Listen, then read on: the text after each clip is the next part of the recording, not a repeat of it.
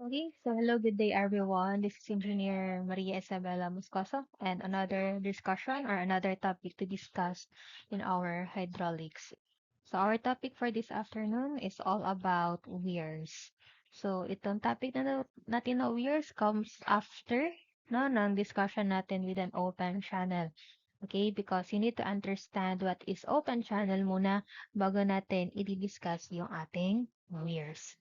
Okay, so first, let us try to define what is weirs.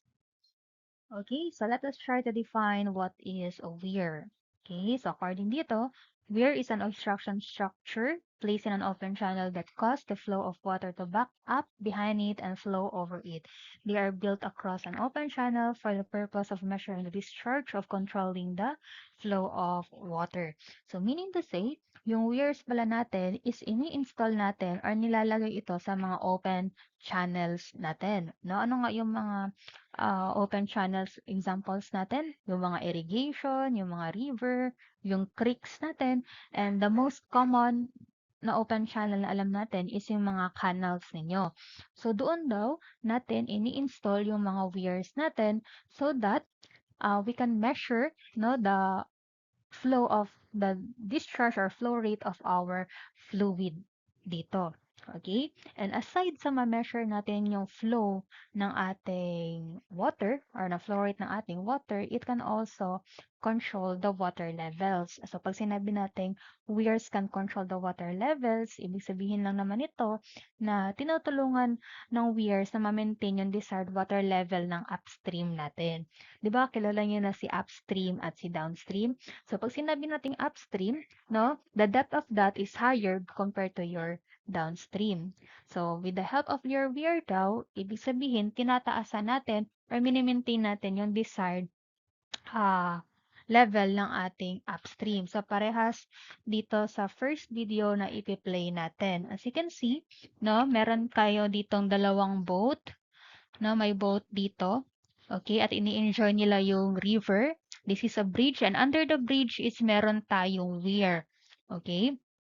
So because of this weir, tumataas or tumaas yung ating water level upstream that these men can enjoy the boat riding nila.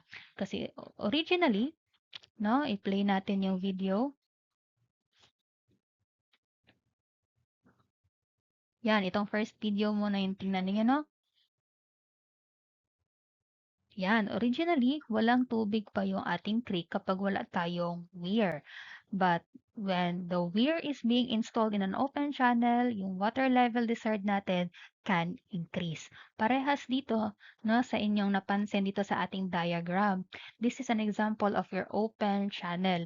Nung wala pa tayong weir, okay, nung wala pa tayong weir, ang level of water natin is patag lang, no? And it can also uh,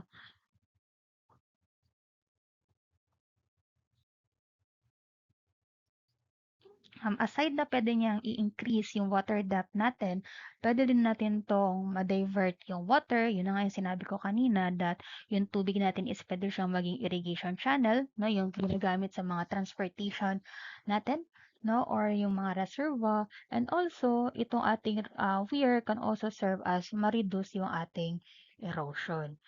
Okay, so maraming purpose yung viewers natin sa ating open channel. Pwede ding manyari na yung from the stagnant or from the rapid flow of water natin. So, pwede niyang mapakalma. No? Pwede niyang mapakalma yung flow ng ating tubig dito. And, okay, and we have different types of weir. Okay, first is you have here your sharp-crested weir. And you have also your broad-crested weir. So, ano ba yung pinagkaiba na sharp-crested weir sa broad-crested weir? Pag sinabi nating sharp-crested weir, para lang itong, yung edge ng weir natin ba, para siyang knife edge, no? When yung tubig natin is drops suddenly. Ito yung weir natin. Okay, ito yung flow natin. Nakikita ninyo, yung crest niya is matalim. Okay?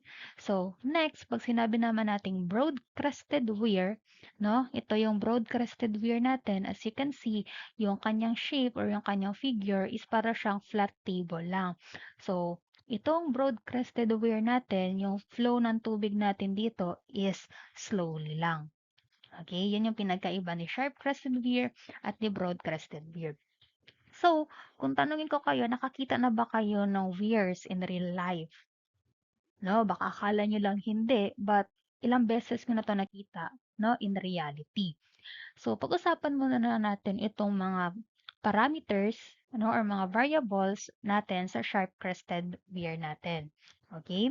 So, as you can see, ito na diagram, no? Yung weir natin is being installed in our open channel na na-increase natin yung depth of water natin. Kung isipin nyo, wala yung weir natin dito, hindi ganito kataas yung height ng tubig natin. Alright? Now, pag-usapan natin yung ating mga variables. Itong nasa edge na to, tinatawag natin to as crest ng weir ninyo. Okay? Sabihin natin this is your channel bed. Okay? Or yung parang datum na sinasabi natin. You have here yung height ng inyong channel. Tatawagin natin yan in variable D. Okay? Which is the height of your channel. Ngayon, from the tip of your crest papunta sa water surface, that is in variable H. Okay? And the total height ng upstream natin, or I mean, the total height of outer water level, tatawagin natin yung upstream, and that is in a variable P. So, kung tatanungin kayo, what is the height of our upstream? The formula will be P is equals to D plus H.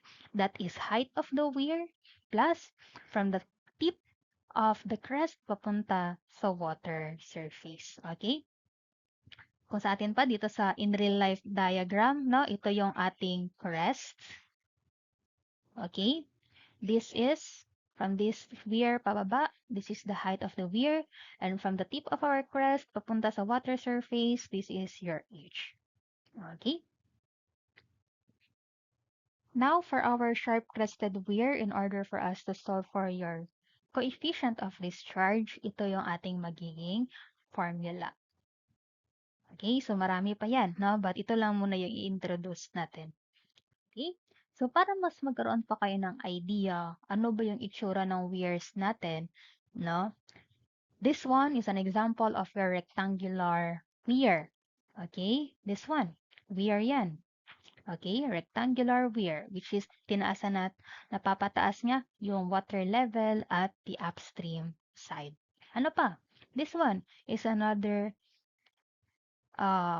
weir. So, saan nyo ba normally nakikita itong mga ganito? Kung nakaligo na kayo sa lagare, sa oval, no, yung falls na nakikita niyo, di ba parang ganito yon? And yes, no, that is a type of weir. Kung mahilig kayong maligo doon sa spring waters natin dito sa Jensen, no, yung ating weir. Next is you have here a triangular weir. Okay, triangular weir yan. And yes, yung mga weirs natin can be installed kahit na rectangle or rectangular yung ating mga open channel. Pwede naman yun, no? Rectangular ang open channel, but then again, ang weirs natin, pwede maging rectangle, pwede pa rin maging triangle and other necessary shapes na pwede. Okay, but for this one, this is a rectangular weir. And lastly, last but not least siguro, no? We have here, you have your trapezoidal weir. Okay, trapezoidal weir yan. At meron pa palang isa. We have here a rectangular weir, but to be specific, this is a contracted weir. Okay, contracted weir natin yan. Bakit rectangular contracted weir yan? Okay, kasi kung nakikita ninyo, ito yung totoong length ng ating open channel. Tama? But then again, the width na nadi-discharge yung tubig natin sa weir is ito lang. That is your L. So, pag sinabi natin contracted rectangular weir, ibig sabihin lang nito is that parang kinokontract natin yung tubig bago siya ma-discharge. Okay? Naintindihan niyo ba yon? For example, again, mas i-draw natin ng maayos. Okay? 'Di ba, meron tayong tubig dito sa gilid from the open channel. Pagdating natin sa ating weir, instead na lalabas siya dito na side, ang mangyayari, masisqueeze siya, liliko siya papunta dito sa gitna. So, ano ibig sabihin nun? Parang sinisqueeze natin or kinokontract natin yung tubig para sa gitna lang siya dumaan. Nagigets ba yun? No? Pwede naman kasi kung wala itong weir natin, kung wala yung weir natin, ang mangyari, pwedeng ganito lang yung flow ng tubig natin. Diretso lang. But then again, with the presence of our weir, instead na ganito yung labas niya, makokontract siya, pipilitin siyang papunta, dumaan sa gitna. Kinokontract natin yung ating tubig. So that is why, ang tawag dito na type of weir is a rectangular contracted weir. Okay? Meron tayong dalawang klase na rectangular weir. Pwede siyang both sides are contracted. Pwede ding manyari one side is contracted. Pag sinabi natin one side is contracted, ang mangyari dito, pwede to open na ito. At ito lang yung contracted side natin. No? So by that, ang tubig natin is dadaloy dito lahat. No, dito lang yung mako-contract. No, ililiko yung tubig natin papunta dito sa gitna. No? I hope no naintindihan yang ating rectangular contracted weir. Okay? So we have here some different types of your weir's classification. Okay? Again, you have here your sharp-crested weir and your broad-crested weir. Okay, so this topic is, again, madali lang, but this is a formula-based. Kinakailangan nyo lang ma-memorize yung formula. So let us talk first your rectangular weir, which is a suppressed weir also. So neglecting the velocity approach, no, so you can derive the formula, no, with this if we will try to assign a strip here with a height of dh. So, hindi na lang muna siguro natin to i-derive yung formula, no? So, let us try to have the conclusion of the formula as Q is equals to 2/3 C square root of 2G LH 3 halves. So, meaning to say, dito sa ating weirs, most sa ating isa-solve dito will be the value of our discharge. Kasi sabi nga natin, based on the definition, yung weirs natin, ang purpose nito is to measure the flow of your water. Ano ba yung flow ng water natin? Paano ba natin yan siya mame-measure? No, that is what? That is due to its flow rate. Okay, so we have also formula from the Francis formula. Q is equals to 1.84 LH 3 halves. So, normally nagagamit natin to no, when we are trying to neglect the velocity approach, and then if the coefficient of discharge is not given. So, you can use the Francis formula. Next, ito na yung sinasabi ko kanina, no, yung rectangular contracted weir. So, the formula is still the same with the suppressed weir, no, 2/3 C square root of 2G L prime H 3 halves. Ang nagkaiba lang, instead of L, we will use L prime. Ito yung L prime natin. So, ano ba yung L prime? Yung L prime, yung magsasabi kung ilang contracted sides yung nangyayari sa ating weir. Okay? So, dito, isa-solve pa natin yung inyong L prime. For example, you have a rectangular contracted weir which is both sides are contracted. So, this is 1, this is 2. So, meron tayong n is equals to 2. So, therefore, kung isa-solve natin yung L prime ninyo, that would become the value of your original length minus 2 over 10 times the height of your weir. Okay? Ito yung h natin ha, height ng ating strip.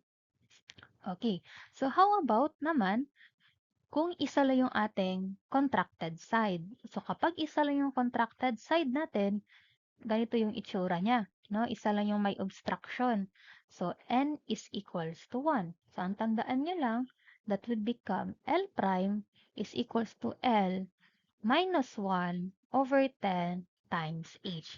Ibig sabihin, yung n lang yung nagbabago na value, depende kung ilang contracted side yung ating rectangular weir. Okay, but then again, the formula will be the same sa ating suppressed weir. No? Instead lang of L, consider lang natin is L prime. Okay, so you have here your triangular weir. So you have an angle theta to be considered, no, from the tip or from the vertex of your weir papunta sa ating water surface, that is your H. And the formula will be 8 over 15 C square root of 2G tan theta over 2 H raised to 5 halves. And again, yung C natin dyan is your coefficient of discharge. Ngayon, sabi dito, if the angle sa ating triangular weir is equivalent to 90 degrees, hindi nyo na, I mean, okay na hindi natin to gamitin, no? Because we have a derived formula for that, and you will be using 1.4h raised to 5 halves. If and only if the angle theta is equals to 90, no? So, some problems, okay? Some problems, pwede itong tawagan yung triangular weir natin as your V-notch. No? Pag sinabing V-notch, understandable na yan na triangular weir yan. Okay? Next is we have here your trapezoidal weir. Okay, so trapezoidal tayo. So we have an inside angle of angle theta.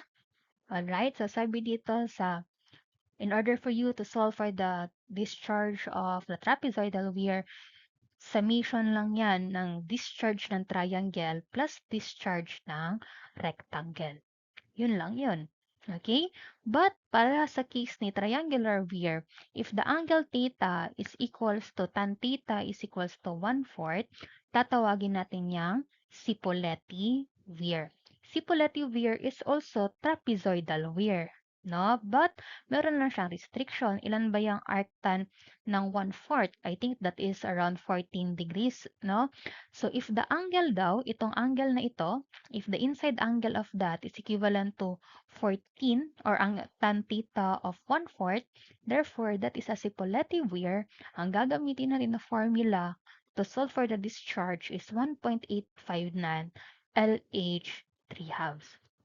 Okay, so how about, sige nga, isolve na lang nga natin yung value ng angle na yan.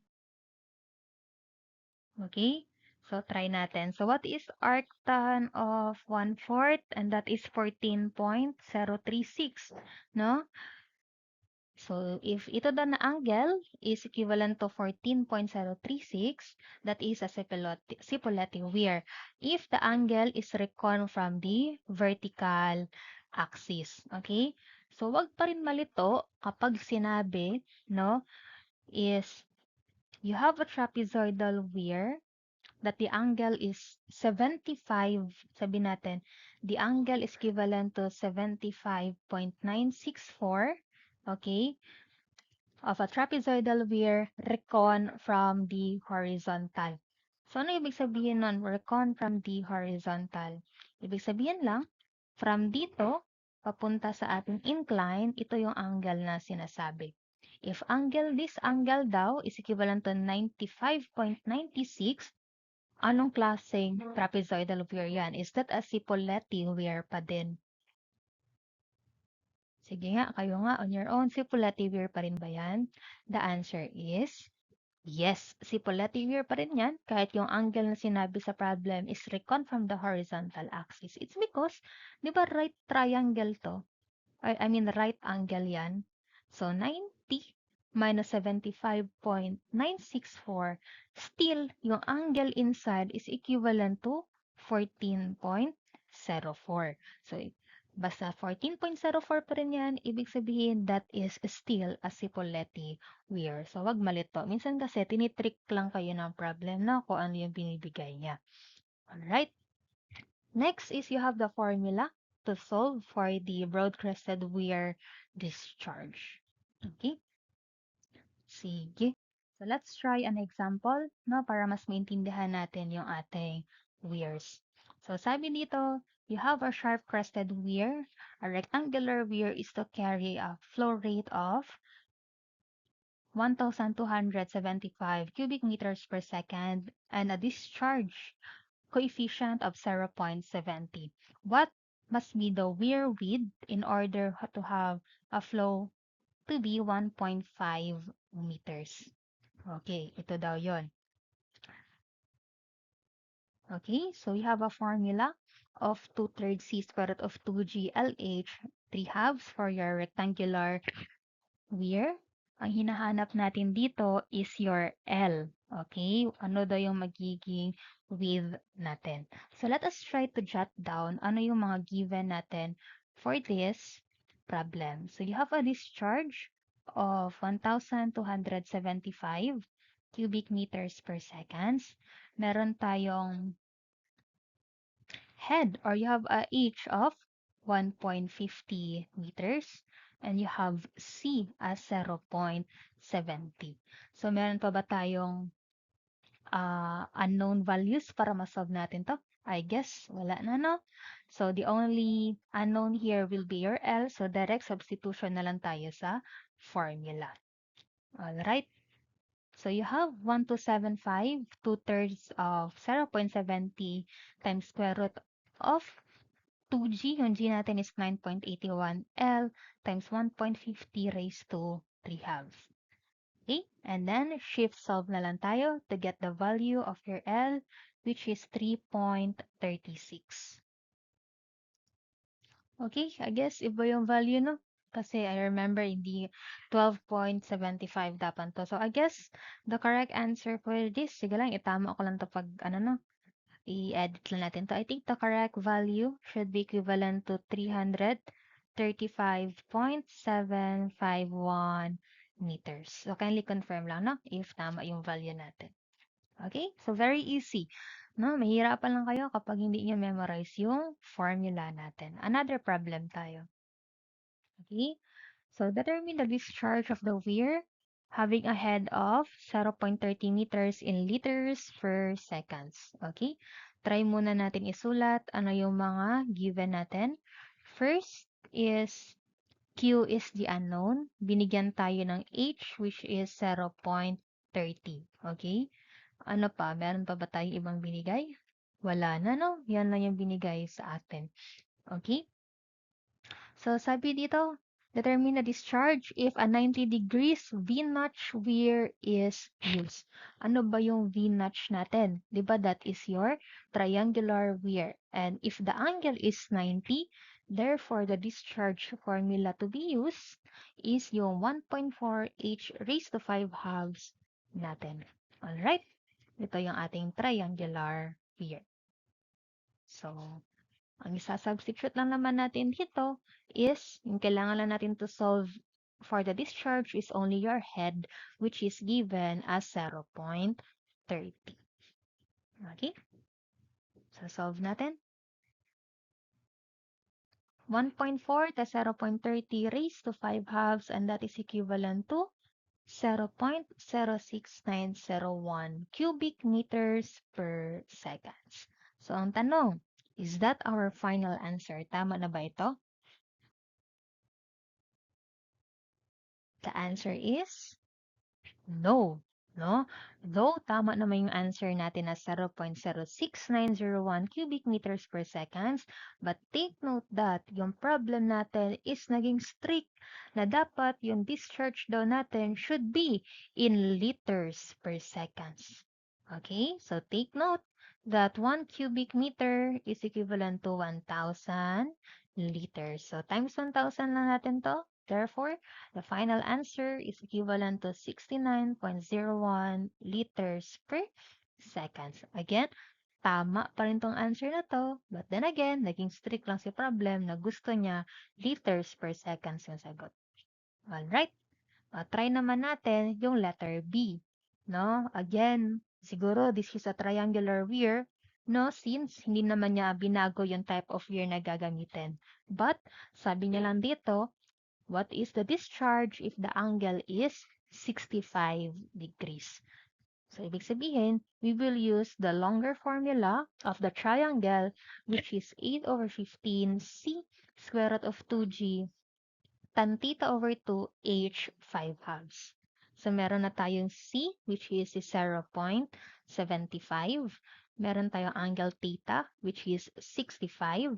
Meron din tayong h, which is 0.30. Anong gagawin natin? Direct substitution lang sa formula. So that is 8 over 15 times 0.75. Square root of 2 times 9 of 81 tan 65 over 2 times 0.30 raised to 5 halves. So, wala na yung shift solve ha, kasi discharge man yung ating hinahanap. No? And that is equivalent to 0.05564 cubic meters per seconds. Again, hindi pa yan yung magiging final answer natin because we need to convert that one into liters per seconds. And the final answer should be 55.64 liters per seconds. So, kindly confirm lang yung values natin, no? Alright. So, kung hindi niyo pa kayo tapos mag-solve, pwede nyo man i-pause, no? Tapos, try nyo muna i-input sa calculators niyo yung given natin. Okay, so how about this one? I think we have the same problem, no? But different type of weir. Sabi dito, determine the discharge of the weir having a head of 0.30 in liters per seconds if the trapezoidal weir with incline of 14.04 degrees with a vertical and a length of 2 meters crest. So discharge yung hinahanap natin. Given that you have an H of 0.30 and you have a width of 2 meters. So, sabi dito, meron daw tayong 14.04 degrees recon with its vertical. So, ano yun? No? If meron daw tayong trapezoidal weir, okay? And this is the vertical side natin. Recon from the vertical side, yung angle theta daw natin, this one, is equivalent to 14.04. Okay? Ano nga ulit yung value ni arctan theta of 1/4? Ilan nga yan ulit? Sige nga, i-check ninyo. Arctan of 1/4 is equivalent to what? Angle is equals to 14.04. So, sabi natin, if the angle theta of a trapezoid is equals to 14.04, that is Sipoletti weir. At kapag Sipoletti weir tayo, the formula na gagamitin natin is 1.859 LH raised to 3 halves. Okay? Buka natin. So, we can use this formula na since sinabi na 14.04 yung ating angle. So, direct substitution lang tayo sa formula. So, you will have 1.85859 times 2 times 0.30 raised to 3 halves. Okay? Calculate lang natin. And this will result to, times na lang natin agad into 1,000. Okay? It's because yung tinatanong is in liters per second. So, I guess, tama ba yung value natin? 1.859 times 2 times 0.30.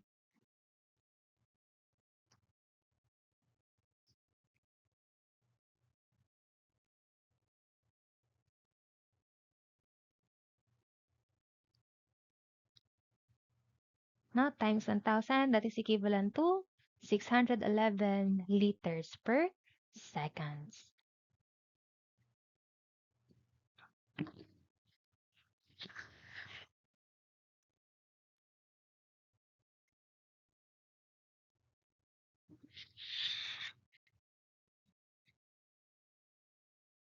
Okay, so another problem tayo. So determine the discharge of the weir having a head of 0.30 in liters per second. So parehas pa rin, no? Then, if a contracted rectangular, yan lang, no? The same problem but in different weir tayo. So rectangular, contracted weir tayo. No? Yan yung in-explain natin kanina. So let us try letter A. Okay? Letter A, sabi niya dito, if both side is contracted. So, if both side is contracted, paano natin i-draw yan? Okay? So, ganito lang yan, no?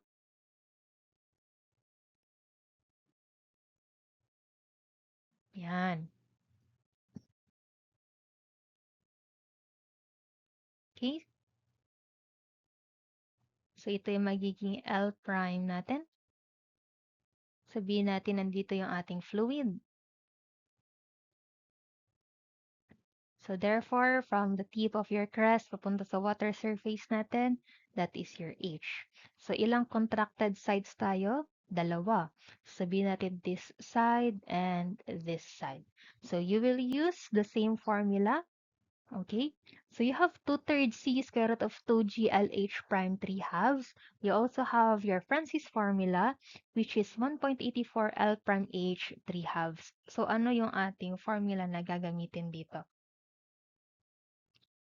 So dito, no, since wala tayong coefficient of discharge na binigay, so let us try to assume no, na we will neglect the velocity at hindi natin gagamitin yung coefficient of discharge. Therefore, we will try to use the Francis formula. Okay, ito yung example natin kanina sa contracted weir natin. So we will use 1.84 L prime raised to L prime H raised to 3 halves. Okay? So before yan, let us try to solve for your L prime muna, which is you have a formula of L minus N over 10 times H. Okay? Yung L natin, ilan ba yung L natin? Sinabi, that is 2 meters long. So that is 2 minus 2 over 10 times 0.30. Again, bakit 2 ito? Kasi both sides is contracted. Dalawang contracted side, meron yung ating rectangular weir. Again, this is 1, this is 2. Okay, baka malito kasi magkapareha yung width at saka yung number of contracted sides, no? Okay, again, this is your width. This is N. Okay, so ilan yan? That is 1.94 meters.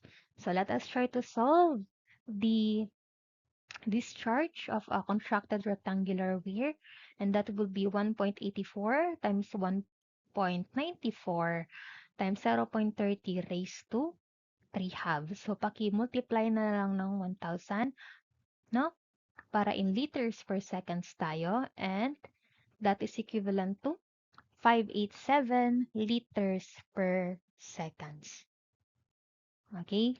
Para yan sa ating letter A. If nabibilisan, pwede nyo naman i-pause yung video ha, para i-solve nyo muna.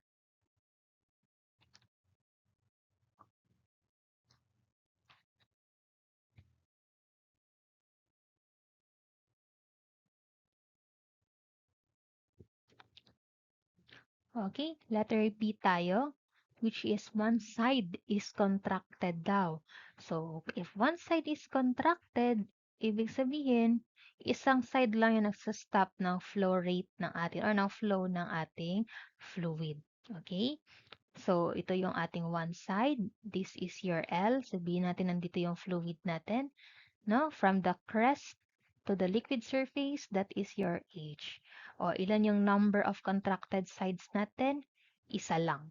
Therefore, your N is equals to 1. So, okay, ganyan tayo. Solve natin yung ating L prime. Okay? L prime is equals to 2, which is yung L natin, the width. Hindi naman nagbago yung width. 2 meters pa rin to be considered. Okay? Minus 1, kasi isang side lang yung contracted natin, over 10 multiplied by H, which is 0.30. Okay? Ilan ngayon yung L prime natin? So that is 2 minus 1 over 10 times 0.30. Therefore, yung L natin ngayon is 1.97. Okay? So, since nakuha na natin yung L prime natin, we can solve for the discharge. The same formula, we will use the Francis formula, no, 1.84 L prime H raised to 3 halves. Okay? So, that is 1.84. L prime natin is 1.97 times your H, 0.30 raised to 3 halves. Ilan ngayon yung discharge natin? Paki-multiply na lang agad sa 1,000 para in liters per seconds na agad yung ating answer.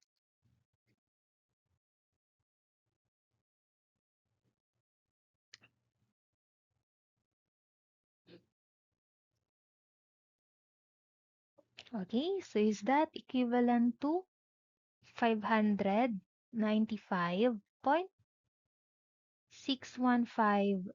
liters per seconds? And that is our answer if one side is contracted. Okay? So ano yung napansin ninyo sa value ng discharge natin? No? Mas lumaki yung value ng discharge natin nung one side lang yung contracted. No, sa ating weir. Makes sense naman talaga. If one side lang yung magiging contracted, ibig sabihin, mas malaki yung area or mas malaki yung volume na pwedeng ma-flow, no, ng ating fluid or mas malaki yung pwedeng possible na flow rate natin kapag one side is contracted. How much more kung hindi contracted yung weir natin? Or I mean, yung open channel natin, no, sa type of weir na ginamit natin sa kanya. So, ibig sabihin, mas lalaki pa yung value ng kanyang discharge or ng kanyang flow rate. Okay? And next, this will be your assignment. No? Last assignment for, yes, for our subject hydraulics. Okay? So, you have a channel that carries the water to 0.60 meters and determine the discharge using the following. Okay? And that ends our discussion for your weirs. So if you have any concern and clarification about the topic, so please don't hesitate to tap me or see me sa faculty room. Okay, so thank you everyone for listening and God bless.